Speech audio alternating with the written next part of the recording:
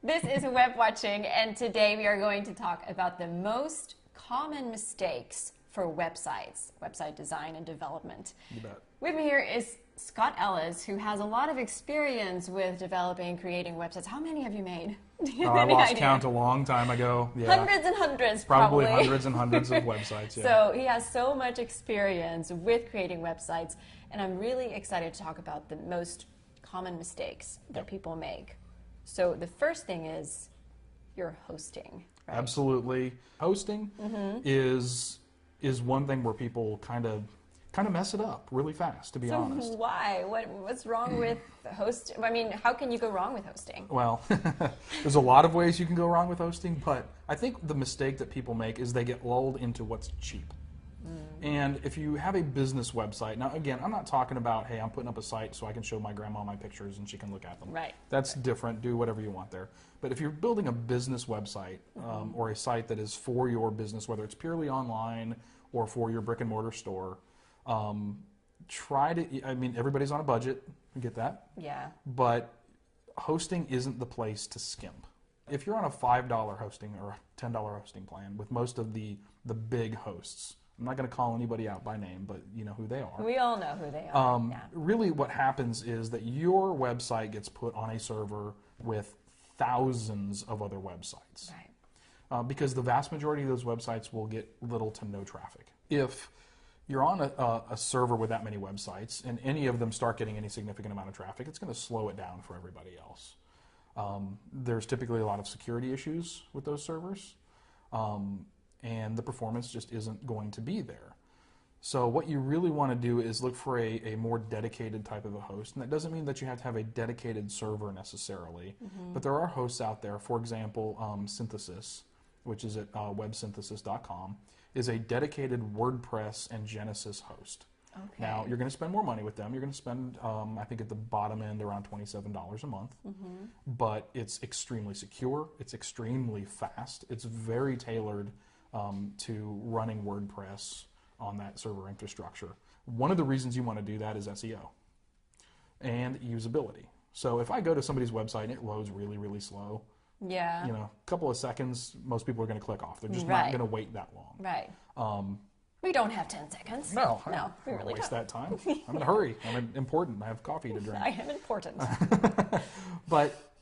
But also from an SEO standpoint, one of the things that Google will rate your site on is how fast your pages load and how responsive your server is to load. Yeah. To load being a whole bunch of websites coming at you, right? Or a whole bunch of requests. And they will throttle the amount of search traffic that they send you based on how well your site can handle that. That makes sense. So the more the more capable your site is of handling traffic, the more they're going to send you. And in the cases where I've moved my own websites, you know, consistently moved to bigger, stronger servers as I've gone along, I've usually gotten somewhere between about a 15 and 30% boost in search traffic. Really? Just from having a more capable server. Yeah. Wow. So it can really make a big impact. It really can make a big difference, yeah. Yeah. So what are some of the other things that some of the other common mistakes that you've seen? Other common mistakes. One of them is planning.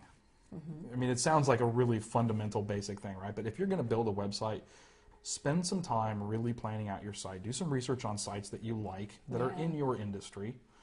Don't tell yourself that you're going to blog every single day, right out of the gate. And don't tweet that either. Yeah, because people get ambitious, right? And that's awesome. But they start, you know, they start off the first week and they write something every single day. Yeah. And then the next week maybe they get busy, so they only write 3 things. I've been there, done that. And eventually their site just kind of goes dormant. Right. Because they don't have time for it, or they just kind of went so fast out of the gate that they sort of wore out on it. So you definitely want to be careful with that. Be careful with that. Plan it out. Be realistic. Yeah. And know what you want and kind of where you're going before you even engage a developer or designer. So planning is another big one. How people handle pictures is huge. You do not want to dynamically resize pictures in most cases. So if you have a thumbnail image that's the space is 150 pixels wide by 150 pixels tall, then the image that goes in there should be 150 by 150. Don't upload a larger image. 300 by 300 that gets shrunk down. Right. Because that's slowing your page load down. It's adding, you're using more bandwidth than you need to, all that kind of stuff. There's also a great service out there I want people to check out called JPEG Mini. JPEG Mini, okay. JPGMINI.com. Okay. They optimize these images, but they still look phenomenal, and they really shrink the size down in terms of the file size of the image. Oh, interesting. I'll check it really out. excellent, good stuff. So people need to pay attention to their images. The second thing, what are we on, number 4 now? I think. The next thing. The next thing is ads. Yeah. So there's nothing wrong with having ads on your website, but realize that unless you've got a lot of traffic, you're probably not really going to make much money with ads. It's just a lot of people want to start a website, and the first thing they want to do is get some ads on there with their content because they think they're going to start making money. Not going to happen. I wouldn't even think about putting ads on a website until I got to somewhere between 75 and 100,000 page views a month. Oh, really? Yeah, and even then, you're not going to make a ton of money. You might start to make beer money.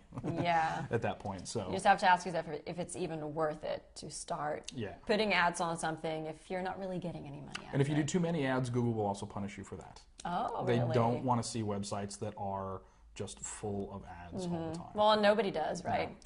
Yeah, it's just bad for the users. It's bad for everybody. So Google will slap you down for that. So it's something to be very careful about. Yeah, we want to be nice to Google. Yeah, so don't worry about the ads. There are a lot of other ways you can make money off your website, and a lot more money than running ads. We should talk about that. That's another. That might be a good future conversation. I know.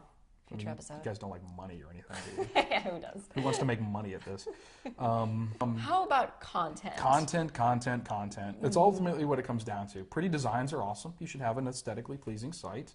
Sure. But you got to have good content. You got to have stuff people are interested in either viewing, great videos like this, or stuff that people want to read, or if you're photo intensive, great pictures. And but make it keeping it fresh right? all the time. You want new stuff going up.